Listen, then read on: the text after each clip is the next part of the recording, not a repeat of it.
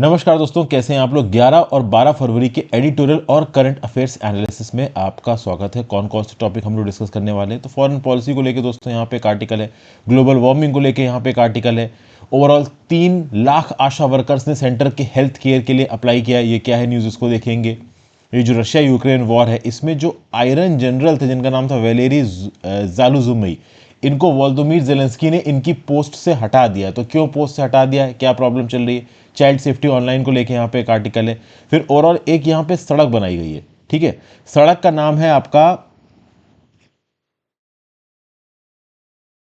Khavda Khadir road. तो ये जो खावदा खादिर रोड है, जो खादिर आइलैंड के ऊपर ये जो आपका ढोलावीरा है, इसको कनेक्ट करता है भुज के साथ। तो इस पर्टिकुलर आर्टिकल को देखेंगे, अच्छा आर्टिकल, नक्शे समझने की कोशिश करेंगे। उत्तराखंड के यूसीसी में क्या नए प्रोविजंस किए गए, तो ये सारे आर्टिकल्स और ये सारे काफी अच्छे और इंपॉर्टेंट आर्टिकल सब डिटेल में देखेंगे। एग्जाम्स परस्पेक्टिव से यहाँ पे आपको काफी कुछ नॉलेजफुल जानने को मिलेगा। उसके साथ साथ दोस्तों मेंटरशिप प्रोग्राम लाइव है, आप चाहे तो इसको एनरोल कर सकते हैं। फीस इसकी बिल्कुल इस समय पे ना के बराबर है when compare to the amount of content जो कि इस पर्टिकुलर कोर्स में दिया जा रहा है। आप आके देख सकते हैं, हजारों की तादाद में वीडियोस ऑलरेडी अपलोड हो चुकी हैं, बहुत सी वीडियोस अंडर प्रिपरेशन है। प्रीलिम्स टेस्ट सीरीज यहाँ पे आपको अवेलेबल करवा दी गई है, हजारों की तादाद में यहाँ पे पीडीएफ अवेलेबल है। कंटेंट सेक्शन में जाके आप फोल्डर वाइज कंटेंट को सेग्रीगेट कर सकते हैं। तो do subscribe to the mentorship course, आपको काफी कुछ यहाँ पे सीखने को मिलेगा। www.harshitdwedi.com पे जाके आप इस मेंटरशिप कोर्स को सब्सक्राइब कर सकते हैं, या फिर मेरी ऐप हर्षित द्विवेदी एजुकेशन जो कि एंड्रॉयड और iOS दोनों पे अवेलेबल है, वहां पे भी जाके आप इस कोर्स को अवेल कर सकते हो। तो ये आप पहले आर्टिकल पे आ जाते हैं आज की डेट में, वो है a privileged strategic partnership without a gulf. देखिए क्या है, 13 और 14 फरवरी 2024 को प्रधानमंत्री Narendra Modi ji United Arab Emirates जाने वाले थे। वहां पे वो इनॉग्रेट करेंगे एक टेंपल। वैसे तो एक हो चुका है इवेंट, बट ठीक है, हम यहाँ पे पॉलिसी के रिस्पेक्ट में बात कर रहे हैं, न्यूज़ के रिस्पेक्ट में बात कर रहे हैं, चीज़ आपको पता चल जाएंगी। तो 13 से 14 फरवरी 2024 यहाँ पे एक टेंपल इनॉग्रेट किया गया। बोचा संस्वासी श्री अक्षर पुरुषोत्तम स्वामी नारायण संस्था अबू धाबी के अंदर। तो मोदी जी की 7वीं विजिट है यूएई में 2015 के बाद, और पिछले 8 महीनों में तीसरी विजिट है। तो इससे पता चलता है कि इंडिया और इंडिया की लीडरशिप यहाँ पे यूएई को क्या इंपॉर्टेंस देती है। इनफैक्ट गल्फ में अगर एक कोई कंट्री जो सबसे ज्यादा इंपॉर्टेंट है इंडिया के लिए, दिल्ली के लिए, तो वो यूएई है। और यूएई में जो प्रधानमंत्री मोदी जी ने, उन्होंने पर्सनल लेवल पर रिपोर्ट बनाई है यूएई के प्रेसिडेंट शेख मोहम्मद बिन जायद अल नहयान के साथ। तो ये जो BAPS टेम्पल है, बोचन स्वासी श्री अक्षर पुरुषोत्तम स्वामी नारायण संस्था, ये एक 27 एकड़ प्लॉट ऑफ लैंड पे बनाया गया। इस लैंड को डोनेट किया गया यूएई के प्रेसिडेंट के द्वारा। ये सेकेंड बिग हिंदू टेंपल है जिसको इनॉग्रेट किया जा रहा है यूएई के अंदर रिसेंट ईयर्स में। और आप कह लो, दुबई में जो पहला हिंदू टेंपल खुला था अक्टूबर 2022 के बाद, उसका बाद दूसरे नंबर का यूएई का ये टेंपल है, ये अबू धाबी में खुला हुआ है। मिस्टर मोदी यहाँ पे वर्ल्ड गवर्नमेंट समिट को भी एड्रेस करेंगे 14 फरवरी दुबई में as the guest of honour. ठीक है भाई, तो इंडिया जो यूएई की स्टोरी है दोस्तों, ये काफी पुरानी है। और यहाँ पे टेम्पल्स के साथ साथ, फेथ के साथ साथ, स्ट्रेटेजिक पार्टनरशिप के साथ साथ बहुत सारे और अलग अलग डायमेंशंस हैं इंडिया और यूएई के रिलेशनशिप के। इनफैक्ट आप देखो, जब यूएई के प्रेसिडेंट अल नहयान साहब इंडिया के अंदर आए थे गुजरात गांधीनगर में, तो चीफ गेस्ट थे 10th वाइब्रेंट गुजरात समिट के। तो उनको जिस प्रकार का रेड कारपेट दिया गया था वो देखने वाला था। ग्लोबल क्लाइमेट इश्यूज को लेके भी इंडिया यूएई के बीच में कन्वर्जेंस देखने को मिलता है। COP28 क्लाइमेट समिट के लिए भी मोदी जी दुबई गए थे, जहां पे इंडिया और यूएई ने मिलके को लॉन्च किया था ग्लोबल ग्रीन क्रेडिट इनिशिएटिव। तो बेसिकली यूएई के साथ बहुत सारे अलग अलग मुद्दों में और पॉलिसी इश्यूज में इंडिया सिंक्रोनाइज करता हुआ नजर आ रहा है। एक बहुत इंपॉर्टेंट जो स्ट्रॉन्ग और स्पेशल प्लेयर है, मतलब पिलर है, नींव है इंडिया यूएई के रिलेशनशिप की, वो है इकोनॉमिक पार्टनरशिप। बायलैटरल ट्रेड 2022-23 में $85 बिलियन था इंडिया यूएई का, जो कि अपने आप में बहुत बड़ा है दोस्तों। यूएई इंडिया का तीसरे नंबर का सबसे बड़ा ट्रेडिंग पार्टनर है। और इंडिया की सेकंड लार्जेस्ट एक्सपोर्ट डेस्टिनेशन कौन सी है? यूएई है। यूएई की बात करो तो UAE is the 4th largest overall investor in India. UAE based investment 4th largest है इंडिया के अंदर। India UAE comprehensive economic partnership agreement sign हो चुका है 18 फरवरी 2022 को, और इसको फाइनलाइज करने में 88 दिन लगे। केवल 88 दिन के अंदर एक कॉम्प्रिहेंसिव इकोनॉमिक पार्टनरशिप एग्रीमेंट, जहां पे ओवरऑल गुड्स का इंपोर्ट एक्सपोर्ट जीरो ड्यूटी पे होता है, ये यहां पे फाइनलाइज हो गया। जबकि कनाडा जैसी कंट्रीज के साथ और ओवरऑल आपका यूएसए के साथ, यूके के साथ बातचीत करने में इतना ज्यादा समय लगा। ओके। और इस particular CEPA, India UAE CEPA के अंदर, कॉम्प्रिहेंसिव इकोनॉमिक पार्टनरशिप के एग्रीमेंट के अंदर 1 फरवरी 2000 सॉरी अगले 5 सालों में जो बायलेटरल ट्रेड है इसको $85 बिलियन से $115 बिलियन तक लेके जाया जाएगा। और एक्चुअली में पॉसिबल भी है, क्योंकि आपको बता दूं कुछ कमोडिटीज हैं जो कि यूएई में थोक के भाव इंडिया के अंदर आ रही हैं। फॉर एग्जांपल ड्राई डेट्स हो गए और बहुत सारी कमोडिटीज हैं जो कि बड़े स्केल पे इंडिया यूएई से इंपोर्ट करता है। वो अलग बात है कि यूएई में हो सकता है वो चीज कहीं और से आ रही हो, but that doesn't matter. CEPA के अंदर हम यूएई से जो चीज मंगा रहे हैं उसको कहीं ना कहीं जीरो ड्यूटी पे मंगाते हैं, कम ड्यूटी पे मंगाते हैं। 1 फरवरी 2024 को इंडियन गवर्नमेंट ने साइन किया और रेटिफाई किया बायलेटरल इन्वेस्टमेंट ट्रीटी को यूएई के साथ, जो कि सिग्निफिकेंटली बूस्ट करेगा बायलेटरल इकोनॉमिक एंगेजमेंट को, स्पेशली मैन्युफैक्चरिंग और फॉरेन डायरेक्ट इन्वेस्टमेंट को। फिनटेक यानी फाइनेंस एंड टेक्नोलॉजी, ये भी एक बहुत इंपॉर्टेंट इलाका है म्यूचुअल कन्वर्जेंस के लिए इंडिया यूएई के बीच में, और एक बहुत की कंपोनेंट है इंडिया के डिजिटल पब्लिक इंफ्रास्ट्रक्चर का। क्योंकि आपको पता होना चाहिए दोस्तों, रुपे कार्ड अब यूएई के अंदर चलता है। अगस्त 2019 से देखिए तो रुपे कार्ड यूएई के अंदर चल रहा है, और इनफैक्ट जुलाई 2023 से तो इंडियन रुपी को ट्रांजैक्शंस के लिए दुबई एयरपोर्ट पे भी एक्सेप्ट करने लगे हैं।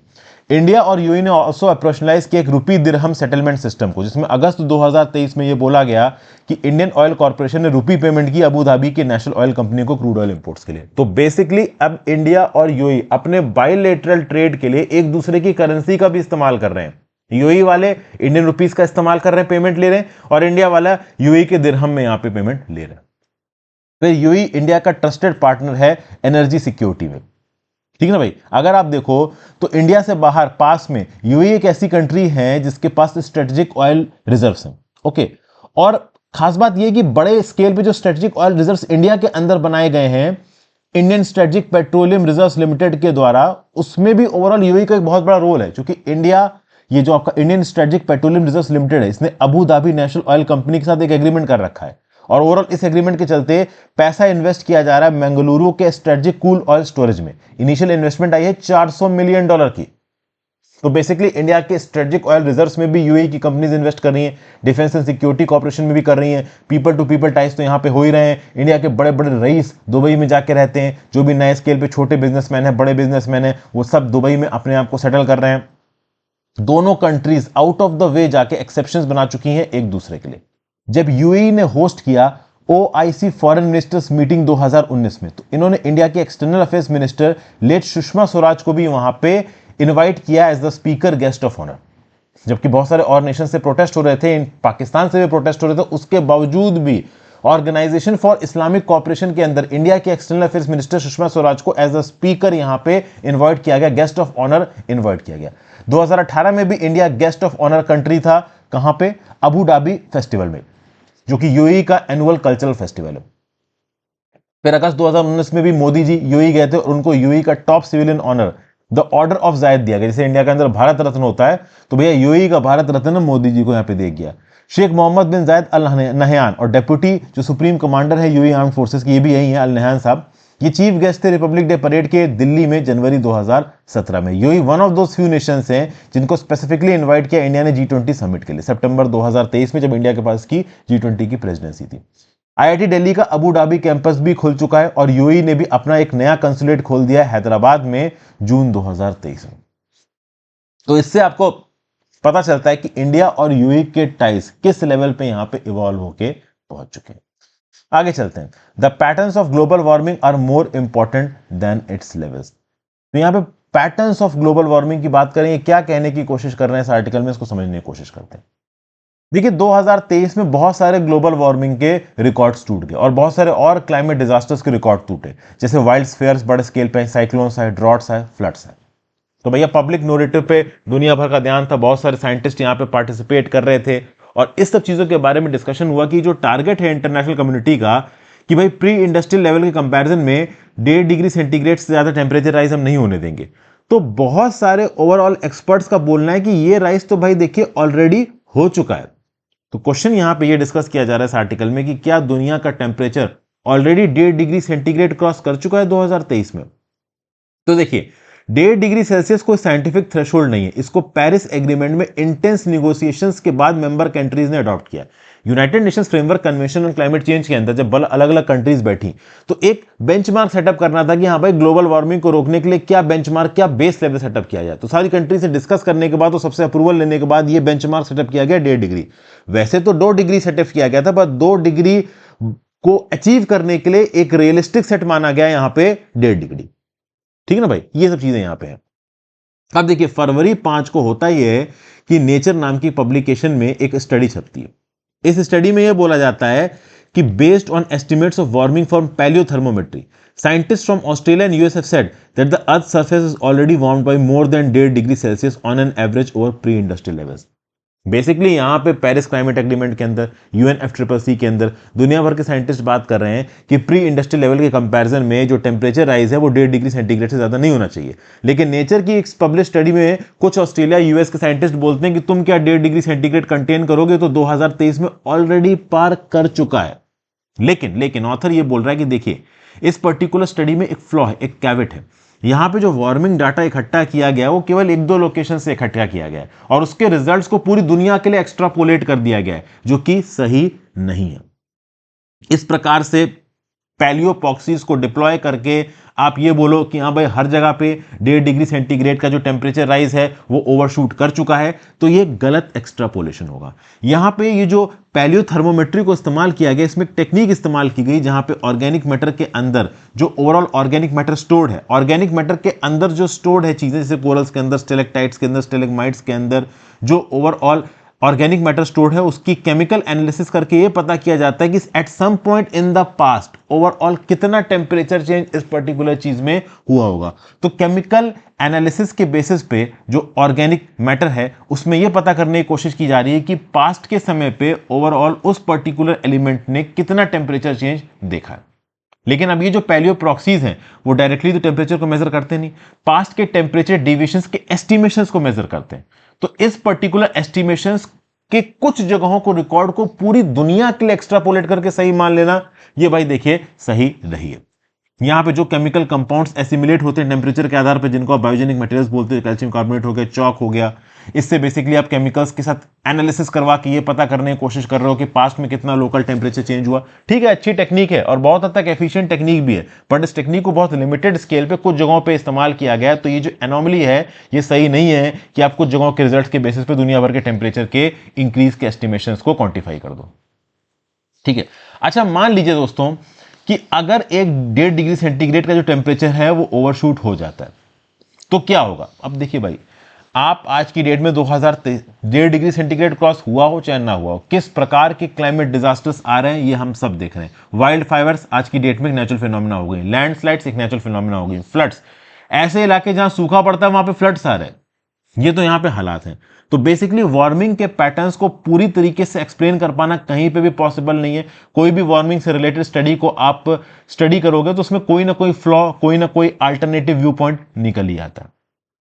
तो बेसिकली हमें कंसोलिडेटेड तरीके से चलना है, मतलब ओवरऑल हमें अपने डिजास्टर को मैनेज करने की कैपेबिलिटी को भी डेवलप करना है। Eight the same point of time नए सारे सिस्टम्स को टेक्नोलॉजी के बेसिस पे इवॉल्व भी करना है, जिसके बेसिस पे वार्मिंग का जो रियल कंसीक्वेंस है इसको हम समझ पाए।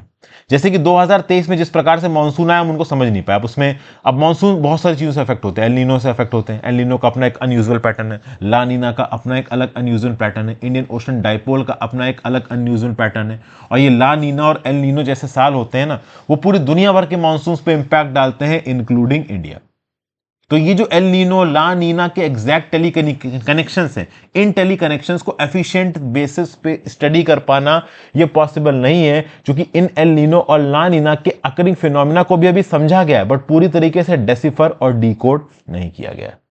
फ्रेंड में यही बोला जा रहा है कि it is hardly possible to overemphasize our need for an accurate production of warming patterns. यही बोल रहे हैं वार्मिंग पैटर्न्स के एक्यूरेट प्रोडक्शन के लिए हमें और काम करना चाहिए। At the same point of time global warming हो रही है, ये रियलिटी है, इसको काउंटर करने के लिए हमें ओवरऑल अपने डिजास्टर हैंडलिंग कैपेसिटी को डेवलप करना। तो ये सब बातें ओवरऑल यहाँ पे बोली जा रही है। वैसे तो उसमें कुछ बहुत खास नहीं था बट डिस्कस कर लिया एक बार आर्टिकल आपसे।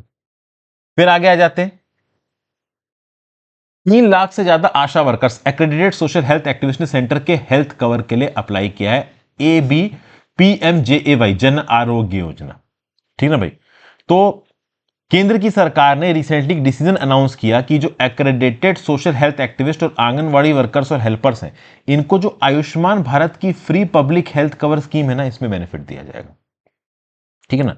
और जैसे ही ये अनाउंस किया गया कि आंगनवाड़ी वर्कर्स को, हेल्पर्स को, एक्रेडिटेड सोशल हेल्थ एक्टिविस्ट को आयुष्मान भारत स्कीम का बेनिफिट दिया जाएगा, उसके बाद 23 लाख आंगनवाड़ी वर्कर्स और हेल्पर्स और 3 लाख आशा वर्कर्स के आधार डिटेल्स आ चुके हैं इस पर्टिकुलर स्कीम के बेनिफिट को क्लेम करने के लिए।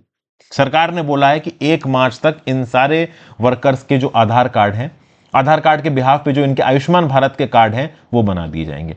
तो आयुष्मान भारत प्रधानमंत्री जन आरोग्य योजना, आपको पता ही है दोस्तों इसके बारे में, ये ओवरऑल हेल्थ कवरेज देता है 1 साल में 5 लाख लोगों को, पुअर और वल्नरेबल फैमिलीज को। तो एक आशा वर्कर की पूरी फैमिली को 5 लाख तक का हेल्थ इंश्योरेंस कवर मिल जाएगा। तो प्राइवेट हॉस्पिटल में भी जाके 5 लाख रुपए तक खर्च करके अपना इलाज करा सकते हैं। ठीक है भाई, ये सारी चीजें हैं। तो फाइनेंस मिनिस्टर निर्मला सीतारमण जी ने अभी जब इंटरिम बजट आया था उसमें पर्टिकुलर स्कीम अनाउंस हुई, और ये बहुत इंपॉर्टेंट है दोस्तों, क्योंकि ये जो आंगनवाड़ी वर्कर्स हैं, ये जो आशा वर्कर्स हैं, ये एक बहुत की कंपोनेंट है कम्युनिटी प्रोसेसेस का। ठीक है ना, कम्युनिटी लेवल केयर की बात कर लीजिए, नेशनल हेल्थ मिशन की बात कर लीजिए, कोविड-19 से लड़ने की बात कर लीजिए, ओके, विलेज हेल्थ और सैनिटेशन कम्युनिटीज की बात कर लीजिए, महिला आरोग्य समिति की बात कर लीजिए, किसी भी प्रकार के कम्युनिटी बेस्ड प्लानिंग की बात कर लीजिए, ग्राउंड लेवल पे ICDS integrated child development services को इंप्लीमेंट करने की बात कर लीजिए। कौन करता है? ये आंगनवाड़ी वर्कर्स करती हैं, हेल्पर्स करती हैं, एक्रेडिटेड सोशल हेल्थ एक्टिविस्ट करती हैं। तो ये तो बहुत पहले कर देना चाहिए था कि इन एक्रेडिटेड सोशल हेल्थ एक्टिविस्ट को और आंगनवाड़ी वर्कर्स को आयुष्मान भारत स्कीम का बेनिफिट हो, बट चलो अब तक बेनिफिट नहीं दिया गया था, अब यहां पे देने का अनाउंसमेंट हो चुका है। क्योंकि कोविड-19 के समय पे भी इन आशा वर्कर्स ने एक बहुत इंपॉर्टेंट हेल्थ का रोल प्ले किया। अगर आप देखो तो एज ऑफ 31 दिसंबर 2023 हेल्थ मिनिस्ट्री के फिगर्स के हिसाब से 13 लाख आंगनवाड़ी वर्कर्स हैं इंडिया के अंदर और 10 लाख आंगनवाड़ी हेल्पर्स है। तो 13 लाख आंगनवाड़ी वर्कर्स, 10 लाख आंगनवाड़ी हेल्पर्स, इनको भी आयुष्मान भारत प्रधानमंत्री जन आरोग्य योजना का बेनिफिट यहां पे मिल जाएगा, और 3 लाख जो आशा वर्कर्स हैं उनको भी यहां पे मिल जाएगा। हालांकि मैं आपको बता दूं कि ओवरऑल जो एनुअल आशा अपडेट आई थी 2020-21 में, उसमें बताया गया कि आशा वर्कर्स 9.83 लाख हैं ओवरऑल इंडिया के अंदर, 35 स्टेट्स और यूनियन टेरिटरीज में। तो इन 9.83 लाख में 3 लाख ऑलरेडी अप्लाई कर चुकी हैं आयुष्मान भारत कार्ड्स के लिए, और बाकी भी ऑलमोस्ट कर ही देंगी। इंडिया के अंदर अगर आप देखो तो आयुष्मान भारत स्कीम का बेनिफिट टोटल 12 करोड़ फैमिलीज उठाती हैं, जिसमें 55 करोड़ लोग हैं, और इसमें कई लाख और जुड़ने वाले हैं। 23 लाख आंगनवाड़ी वर्कर्स और हेल्पर्स और 9,83,000 के लगभग आपके आशा वर्कर्स हैं, जिसमें 3 लाख यहां पे अप्लाई कर चुकी हैं। लेट्स सी आगे और कितनी अप्लाई करती हैं। तो भैया गवर्नमेंट ऑलरेडी अब तक 28.45 करोड़ आयुष्मान कार्ड्स बना चुकी है 20 दिसंबर 2023 तक, और टोटल इंडिया के अंदर 6.11 करोड़ हॉस्पिटल एडमिशंस भी हो सके हैं आयुष्मान भारत स्कीम के अंदर, जिसके चलते 78,188 करोड़ का इंश्योरेंस बेनिफिट भी यहां पे डिसबर्स किया गया है। 1.7 करोड़ हॉस्पिटल एडमिशंस हुए हैं, 25,000 करोड़ को तो केवल 2023 में ऑथराइज किया गया था। इनफैक्ट टोटल 26,901 हॉस्पिटल्स में ये आयुष्मान भारत स्कीम का आप बेनिफिट ले सकते हो, जिसमें 11,813 प्राइवेट हॉस्पिटल्स हैं जिनको आयुष्मान भारत स्कीम के अंदर इम्पैनल किया गया। हालांकि उसमें फिर बहुत सारी ऐसी न्यूज़ भी निकल के आ रही थी कि किसी को सर्दी जुकाम भी हो रहा है तो भी उसको आयुष्मान भारत स्कीम के अंदर उसको एडमिट कर ले रहे हैं और उसका इंश्योरेंस क्लेम कर रहे हैं। तो ये सब धांधलेबाजी भी चल रही थी, बट हाँ, इस धांधलेबाजी को रोकने की कोशिश कर रही है सरकार। फिर भैया fall of the iron general की बात हो रही है यहाँ पे। ये जो आपको सामने फोटो नजर आ रही है, ये भैया वैलेरी ज़ेलेंस्की की फोटो है। इनको कमांडर इन चीफ अपॉइंट किया गया था यूक्रेन की आर्म्ड फोर्सेस का जुलाई 2021 में। ओके भाई, देखिए जिस समय पे इनको कमांडर इन चीफ बनाया गया था आपका यूक्रेन की आर्म्ड फोर्सेस का, उस समय पे जंग तो देखिए शुरू नहीं हुई थी। जंग शुरू हुई थी आपकी 2022 फरवरी के लगभग, लेकिन उस समय पे ईस्टर्न डॉनबास रीजन में काफी बवाल हो चुका था, क्योंकि ईस्टर्न डॉनबास रीजन में रशियन बैक सेपरेटिस्ट अपना अलग बवाल चला रहे थे, जो कि यूक्रेन के ट्रूप्स थे वो अपना अलग बवाल चला रहे थे, और वॉर छिड़ा नहीं था, बट वॉर छिड़ने के पूरे आसार थे। यूएस इंटेलिजेंस ने साफ साफ बताया था कीव को कि रशियंस एक अटैक प्लान कर रहे हैं। वोलोदिमीर ज़ेलेंस्की जो कि कॉमेडियन टर्न्ड प्रेसिडेंट है, पॉलिटिशियन है, उन्होंने शुरू में यूएस की बातों को इतना सीरियसली लिया नहीं। इनको यूक्रेन का प्रेसिडेंट चुना गया था अप्रैल 2019 में। तो शुरू में स्केप्टिकल थे कि भाई रशिया अटैक करेगा या नहीं करेगा, लेकिन यहां पे जो जनरल थे ज़ालुज़ुई, इनका शुरू से क्लियर था कि भैया हमें अपने आप को तैयार करके रखना है। उस समय पे ज़ालुज़ुई ने बोल दिया था कि डॉनबास में और ईस्टर्न यूक्रेन में जो भी हो रहा है, इसके बेसिस पे साफ साफ वॉर की एक खुशबू सूंघने को मिल रही है, तो भाई कुछ भी कभी भी गड़बड़ हो सकती है। जनरल ज़ालुज़ुई के अपॉइंट होने के 7 महीने बाद ही अगर आप देखो तो व्लादिमीर पुतिन ने स्पेशल मिलिट्री ऑपरेशन को लॉन्च कर दिया यूक्रेन के अंदर। और मैं आपको बता दूं, इनकी तारीफ इसलिए की जाती है, इनको आयरन जनरल क्यों बोला जाता है ज़ालुज़ुई को यूक्रेन के अंदर, क्योंकि ओवरऑल इनके बारे में ऐसा बोला जाता है कि वॉर के लिए तैयार थे। शुरुआत में उन्होंने अपने स्पेशल मिलिट्री टैक्टिक्स के थ्रू रशिया को काफी नुकसान भी पहुंचाया। देखिए, शुरू में जब जंग शुरू हुई तो वेस्टर्न कंट्रीज को, यूएस को भी ये लगा कि यूक्रेन वाले बहुत आराम से हार जाएंगे रशिया से, लेकिन यूक्रेन वालों ने इतनी आसानी से हार यहां पे मानी नहीं। तो शुरू में जब यूएस को लगा कि यार यूक्रेन वाले हार जाएंगे, तो उन्होंने अपनी एम्बेसी को कीव से हटा के लीव नाम का जो शहर है पोलैंड के बॉर्डर पे, वहां पे सेटअप कर दिया। लेकिन जनरल ज़ोइज़ुई इतनी जल्दी हार मानने को तैयार नहीं थे। उनका ये बोलना है कि वो 2014 से ही वॉर की तैयारी कर रहे थे, जब रशिया ने क्रीमिया को एनेक्स किया था। उनका ये बोलना था कि भाई वॉर की तैयारी करना जरूरी है। रशिया ने फरवरी 2022 में अटैक करके इनिशियल डेज में कुछ टेरिटोरियल गेन जरूर कर लिए, लेकिन यूक्रेन डिफेंस वहां पे रुका नहीं। रशियन ट्रूप्स को रोका गया खार्किव में, डोनेट्स्क में, लुहांस्क में, ज़ैपोरिज़िया में, खरसोन में। और जब वेस्टर्न कंट्रीज ने, यूएस ने देखा कि भैया यूक्रेन यहां पे जबरदस्त तरीके से रशिया को जवाब दे रहा है, तो वेस्टर्न कंट्रीज ने और यूएस ने बड़े स्केल पे वेपन्स भी प्रोवाइड करने शुरू किए यूक्रेन को। और धीरे धीरे अगर आप देखो तो यूक्रेन को ग्राउंड लेवल पे कुछ मिलिट्री विंस भी मिली, ठीक है ना भाई। और उसके चलते ज़ालुज़ुई की जो पॉपुलैरिटी थी वो बढ़ी। एक समय पे जो वोलोदिमीर ज़ेलेंस्की थे, he was the face of Ukraine war. लेकिन वोलोदिमीर ज़ेलेंस्की के साथ साथ एक और इंडिविजुअल को भी बहुत इंपॉर्टेंट माना जाता था यूक्रेन के अंदर, यूक्रेन के लोगों के द्वारा, और वो थे जनरल ज़ालुज़ुई। तो इनको आयरन जनरल बोला जाता था। इनके लिए मेमेज वगैरह बनाए गए, यूक्रेन के लोग इनकी बड़ी तारीफ करते थे।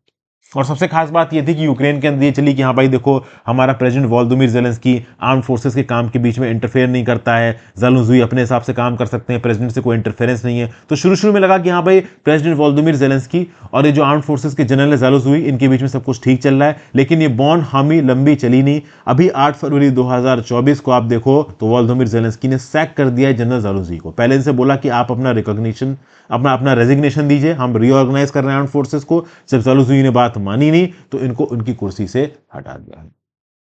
अब अगर वैलेरी ज़ालुज़ुई की बात करें तो 1973 में इनका जन्म हुआ था मिलिट्री फैमिली में नॉर्दर्न यूक्रेन में। वो उस समय पे सोवियत यूनियन का पार्ट था। वैलेरी ज़ालुज़ुई ब्रेज़नेव एरा में जन्मे हैं, ठीक है ना। कॉमेडियन बनना चाहते थे, जैसे वोलोदिमीर ज़ेलेंस्की कॉमेडियन थे, ये भी कॉमेडियन बनना चाहते थे, बट इनकी फैमिली में सब लोग मिलिट्री में थे, तो ये भी मिलिट्री में गए। इन्होंने पढ़ाई की institute of land forces of the Odessa military academy से और नेशनल डिफेंस अकेडमी कीव से। जब रशियंस ने क्रीमिया के ऊपर कब्जा किया 2014 में, उस समय पे ज़ालुज़ुई 41 साल बड़े ऑफिसर थे, ठीक है ना, और वो ह्यूमिलेटेड फील कर रहे थे ब्लैक सी पेनिनसुला में। तो उनका बिल्कुल क्लियर था कि एक समय पे आके तो मैं रशिया से बदला लूंगा ही। और मौका उनको तब मिला जब रशिया ने स्पेशल मिलिट्री ऑपरेशंस लॉन्च कर दी और इनको यहां पे आर्म्ड फोर्सेस का चीफ बना दिया गया, ठीक है।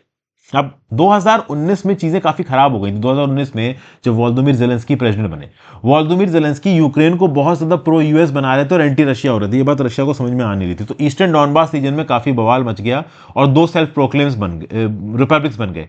एक तो मिन्स्क II एग्रीमेंट के अंदर साफ साफ ये बोला गया था कि इस डॉनबास के इलाके में आप कह लो स्ट्रक्चरल और कॉन्स्टिट्यूशनल रिफॉर्म्स किए जाएंगे और ऑटोनॉमी दी जाएगी वहां पर रहने वाली रशियन एथनिसिटी की जनता को। बट ऑब्वियस ही बात है, ऑटोनॉमी वगैरह दी नहीं गई। तो यहां पे ओवरऑल रशियन सेपरेटिस्ट ने रशिया के साथ मिलकर यूक्रेन के फोर्सेस को बोला कि तुम निकल जाओ भाई, हम ही यहां पे राज। और ओवरऑल अपने ट्रूप्स को यहां पे रेडी कर रखा था किसने? जनरल ज़ालुज़ुई ने। अब ज़ालुज़ुई ने जब शुरुआत में वॉर शुरू हुआ, बड़ा ही जबरदस्त तरीके से आप कह सकते हो काम दिखाया। इनिशियली ओवरऑल यूक्रेनियंस ने जो अपना ट्रूप था, फर्स्ट ऑफ ऑल जो रशिया का इनिशियल इन्वेजन था इसको रोका। शुरू में रशिया बहुत सारी जगहों को जीत गया, लेकिन फिर 2022 में यूक्रेन ने अपने ट्रूप्स को मोबिलाइज किया साउथ में और एक काउंटर अटैक किया खरसोन में। बहुत सारे इलाकों में को जिसको रशिया ने कब्जा लिया था, यूक्रेन ने उसको यहां पे रिकवर किया। समझ गया? तो बेसिकली शुरुआत में तो यूक्रेन का जो काउंटर अटैक था, जो काउंटर ऑफेंसिव था रशिया के अगेंस्ट, वो बहुत ज्यादा इफेक्टिव था और इसलिए जनरल ज़ालुज़ुई को काफी ओवरऑल सराहना भी मिली। इनको आयरन जनरल बोला गया। समझ गए? लेकिन रशिया भी ओवरऑल इन बैटलफील्ड रिवर्सेस से बहुत कुछ सीखा। जब यूक्रेन ने काउंटर ऑफेंसिव के थ्रू रशिया को पीछे ढकेला, रशिया ने अपनी गलती को समझा और रशिया इस बैटलफील्ड इनिशिएटिव को यहां पे चेंज करता है, अपने बैटलफील्ड एक्सपीरियंसेस से सीखता है, नई रियलिटीज के प्रति अपने आप को सिंक्रोनाइज करता है और बाद में धीरे धीरे करके यूक्रेन का जो भी काउंटर ऑफेंसिव हो रहा था वो आप कह लो उतना ज्यादा इफेक्टिव था नहीं। व्लादिमीर पुतिन ने 3 लाख ट्रूप्स को डिप्लॉय किया, अपने कमांडर्स को चेंज किया। यूक्रेन में ज़ालुज़ुई ने वोलोदिमीर ज़ेलेंस्की से बोला कि भाई 5 लाख ट्रूप्स और भेजो। वोलोदिमीर ज़ेलेंस्की ने बोला कि 5 लाख ट्रूप्स है नहीं, तुम इफेक्टिव तरीके से नीचे ग्राउंड ऑपरेशंस को लीड करो। अब शुरुआत में जब जालुजुई ने रिजल्ट्स दिए और रशियन फोर्सेस को पीछा ढकेला था 2022 में, तब ओवरऑल इनकी बड़ी तारीफ हुई थी, वोलोदिमीर ज़ेलेंस्की को भी बड़े पसंद आ रहे थे। लेकिन 2023 के एक मेजर पोर्शन में और 2024 की शुरुआत में भी जो यूक्रेन का काउंटर अटैक है रशिया के ऊपर, उसमें यूक्रेन को कोई बहुत ज्यादा गेन्स हो नहीं रहे। यहां पे यूक्रेन हारता सा नजर आ रहा है और वर्ल्ड वॉर 1 और 2 जैसी सिचुएशन आ गई, जहां पे जो पार्टी बैठ गई वो वहां पे बैठ गई है, कोई भी ओवरऑल विन देखने को नहीं मिली। मतलब रशिया जितना इलाका यूक्रेन का कब्जा चुका है, वहां पे रशिया अपना कंट्रोल बना के बैठ गया है और यूक्रेन के काउंटर ऑफेंसिव से ज्यादा कुछ फर्क पड़ नहीं रहा। और वोलोदिमीर ज़ेलेंस्की इनसे रिजल्ट मांग रहे थे, रिजल्ट ये दे नहीं रहे थे, तो वोलोदिमीर ज़ेलेंस्की से उनसे बोला कि तुम अपनी कुर्सी छोड़ो। इन्होंने कुर्सी छोड़ने से मना कर दिया, तो यहां पे वोलोदिमीर ज़ेलेंस्की ने इनको सैक कर दिया। तो बेसिकली यूक्रेन अब इस जंग में हारता नजर आ रहा है।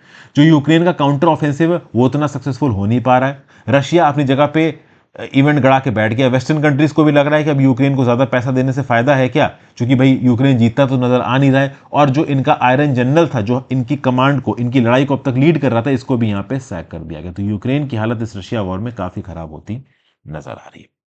फिर भाई क्या चाइल्ड सेफ्टी को ऑनलाइन इंश्योर किया जा सकता है?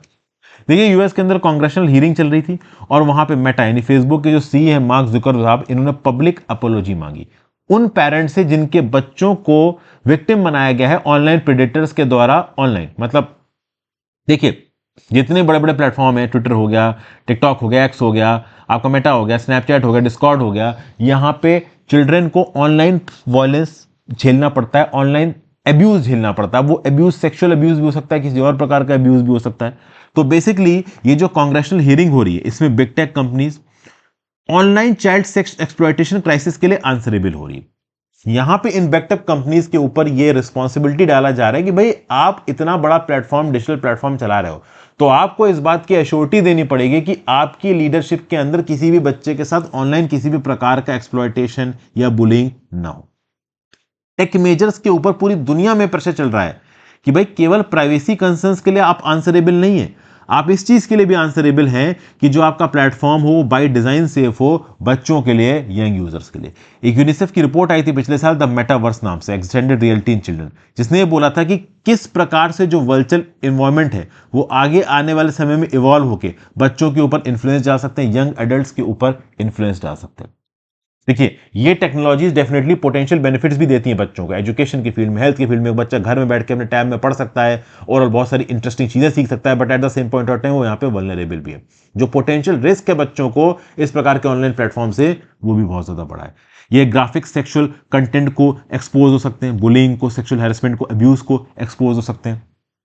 देखिए, इमर्सिव वर्चुअल इन्वायरमेंट उस लेवल पे नहीं बढ़ा है, बट इतना बढ़ चुका है कि आराम से इन बच्चों का एक्सप्लॉयटेशन यहां पे हो सकता है।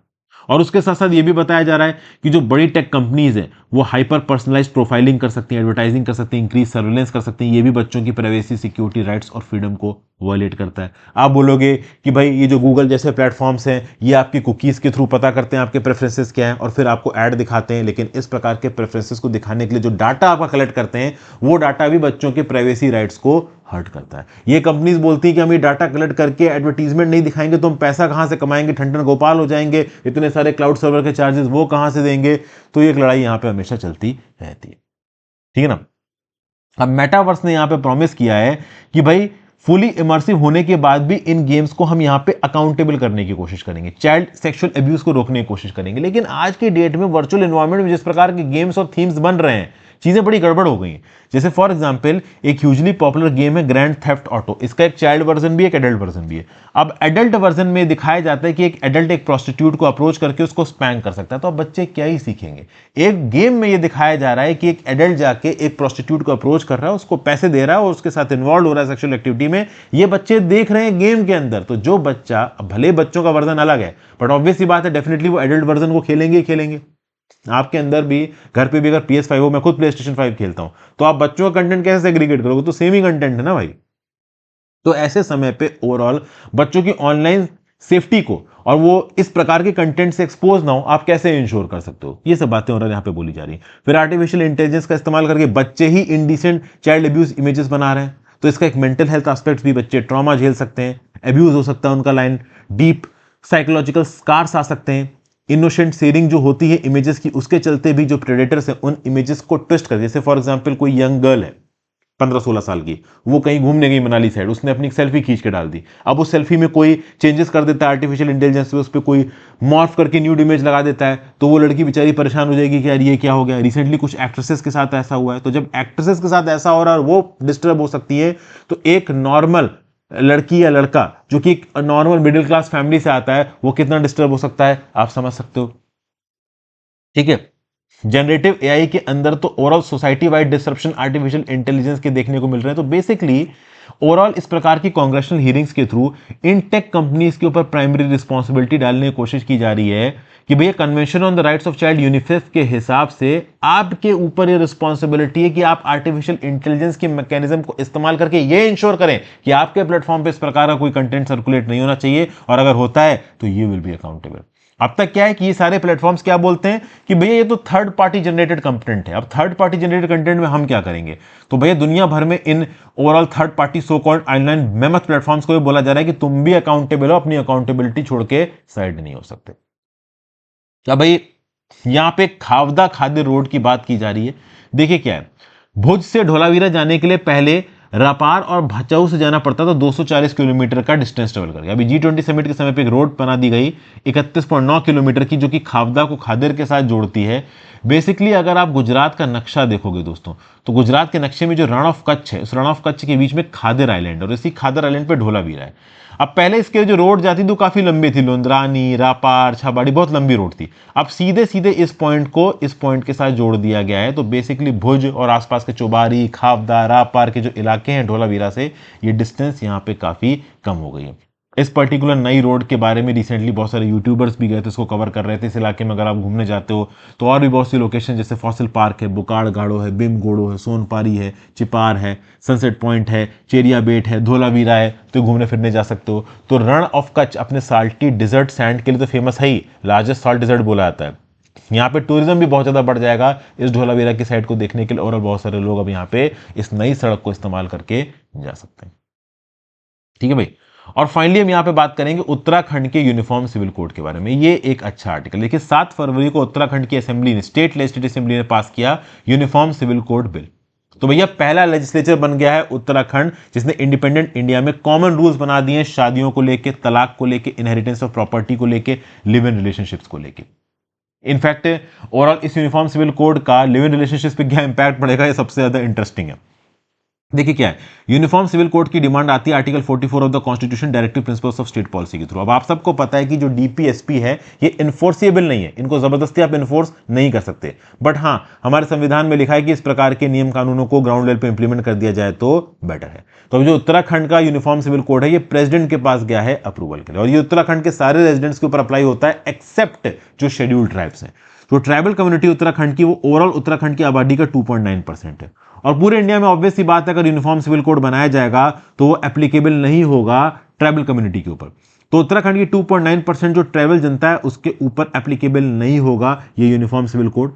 तो भैया सेक्शन 2 में साफ साफ लिखा हुआ है कि nothing contained in this code shall apply to members of any scheduled tribes within the meaning of clause 25 of article 366 read with article 142 of the constitution and the persons and groups of persons whose customary rights are protected by part 21 of the constitution of India।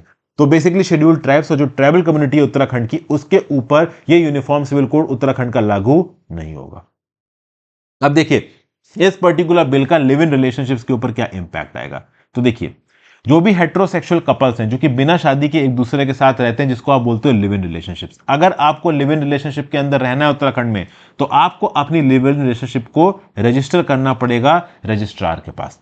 और बाद में अगर आप अपनी live in relationship को खत्म करते हो तो भी आपको रजिस्ट्रार को बताना पड़ेगा कि आपने अपनी लिव इन रिलेशनशिप को खत्म कर दिया। तो मतलब अब लिव इन रिलेशनशिप्स को भी रजिस्टर करना पड़ेगा। और अगर लिव इन रिलेशनशिप में कोई इंडिविजुअल 21 साल से कम का है, तो फिर वो एक रिटन डिक्लेरेशन अपने माँ बाप को भी देगा कि भाई हम लिव इन रिलेशनशिप में रहने जा रहे हैं। अब इंडिया इतना फॉरवर्ड तो नहीं हुआ है कि ओवरऑल लिव इन रिलेशनशिप में रहने से पहले माँ बाप को यहाँ पे चिट्ठी लिख के बताई जाए, और अथॉरिटीज के पास भी कोई रजिस्टर करने जाता नहीं है। समझ के बात को। लेकिन ऑब्वियस सी बात है, उत्तराखंड के अंदर अगर एक लड़का और एक लड़की एक दूसरे के साथ रह रहे हैं और वो रिश्तेदारी में नहीं है, भाई बहन नहीं है, कजिन्स वगैरह नहीं है, अलग अलग हैं, तो ऑब्वियस सी बात है, क्वेश्चन उठेगा कि लड़का लड़की साथ में क्यों रह रहा है, तो मतलब ये लिव इन में रह रहे हैं। तो अगर आप लिव इन में रह रहे हो तो भैया आपको जाकर रजिस्ट्रार के पास अपना लिव इन रिलेशनशिप रजिस्टर करना पड़ेगा।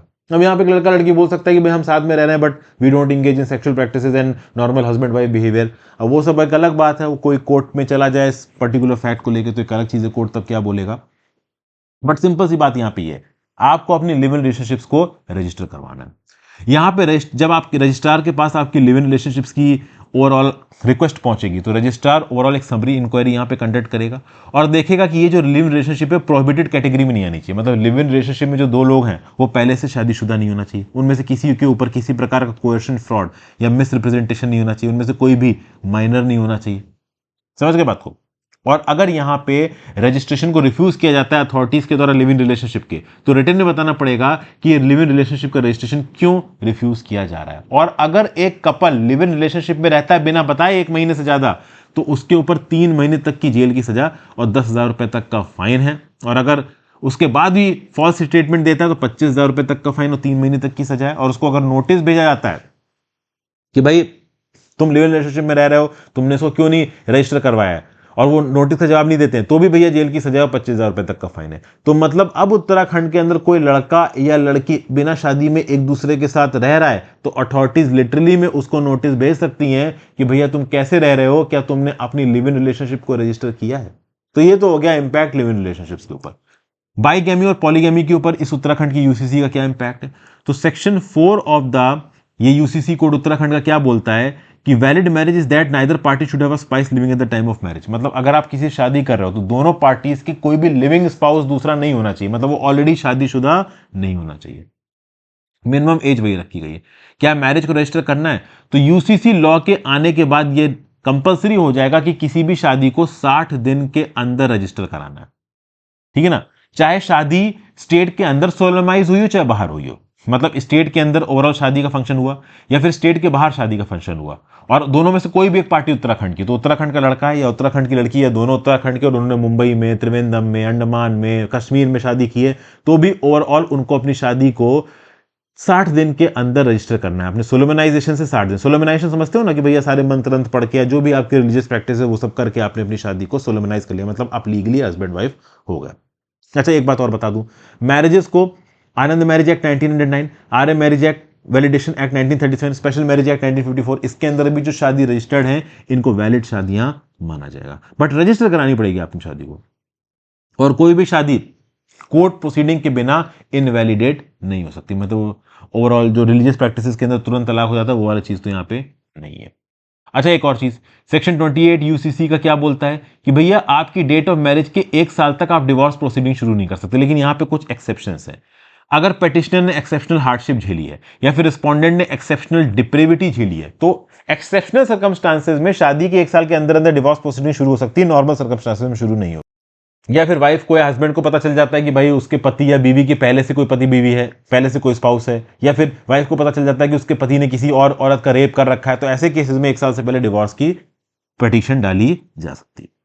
फिर कोपर्सनरी राइट, तो मतलब एंसेस्ट्रल लीनियज में ही ओवरऑल प्रॉपर्टी का इनहेरिटेंस होगा, इस चीज को हटा दिया गया है।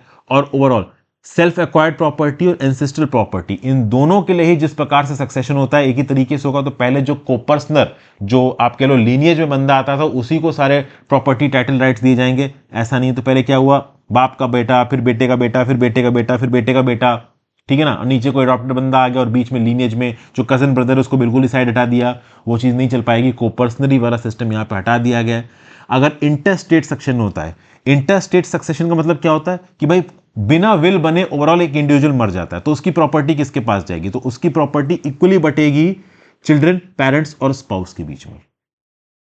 ठीक है, तो ये सब चीजें। फिर ओवरऑल फर्स्ट कजिन्स, अगर मान लो इमीडिएट कोई फैमिली मेंबर नहीं है तो पैटर्नल साइड से जो फर्स्ट कजिन्स हैं उनका पहला क्लेम होगा अगर कोई एलिजिबल क्लेमेंट नहीं मिला है। तो ये सब चीजें यहाँ पे बोली गई हैं। फिर जो एग्जिस्टिंग मुस्लिम प्रैक्टिस, पर्सनल लॉ प्रैक्टिस है, जैसे कि निकाह, हलाला, इद्दत, ट्रिपल तलाक, इन सबको क्रिमिनलाइज कर दिया गया है। इनको नाम नहीं लिया गया बट ये सारी मुस्लिम पर्सनल लॉ प्रैक्टिसेस यहाँ पे क्रिमिनलाइज हो चुकी हैं। सेक्शन 31 क्या स्टिपुलेट करता है, that the right of a person to remarry the divorced spouse can only be exercised without any condition such as marrying a third person before such a marriage. This therefore prohibits the practice of nikah halala. पहले होता था ना कि overall आप Muslims में एक ने अपनी वाइफ को ओवरऑल डिवोर्स दिया, तो उसके बाद फिर से अगर वो उससे शादी करना चाहता है तो उसको किसी और से शादी करनी पड़ेगी, फिर उससे डिवोर्स लेना पड़ेगा, फिर शादी हो सकती है। ये सारी प्रैक्टिसेस यहाँ पे हटा दी गई हैं। तो ये सब चीज़ें ओवरऑल यहाँ पे बोली जा रही है उत्तराखंड के यूसीसी को लेकर। अब यूसीसी अभी प्रेसिडेंट से अप्रूवल हो जाएगा, इसके बारे में और भी बहस होगी, तो उसके बारे में आगे भी हम लोग बात करेंगे। तो आई होप आपको इस लेक्चर में मजा आया हो दोस्तों, काम की चीज़ें पता चली हो। मेंटरशिप प्रोग्राम चाहें तो ज्वाइन कर सकते हैं, आपको काफ़ी कुछ इस मेंटरशिप प्रोग्राम में सीखने को मिलेगा। www.harshaddev.com पे जाकर कर सकते हैं। Thank you for watching friends, have a great day.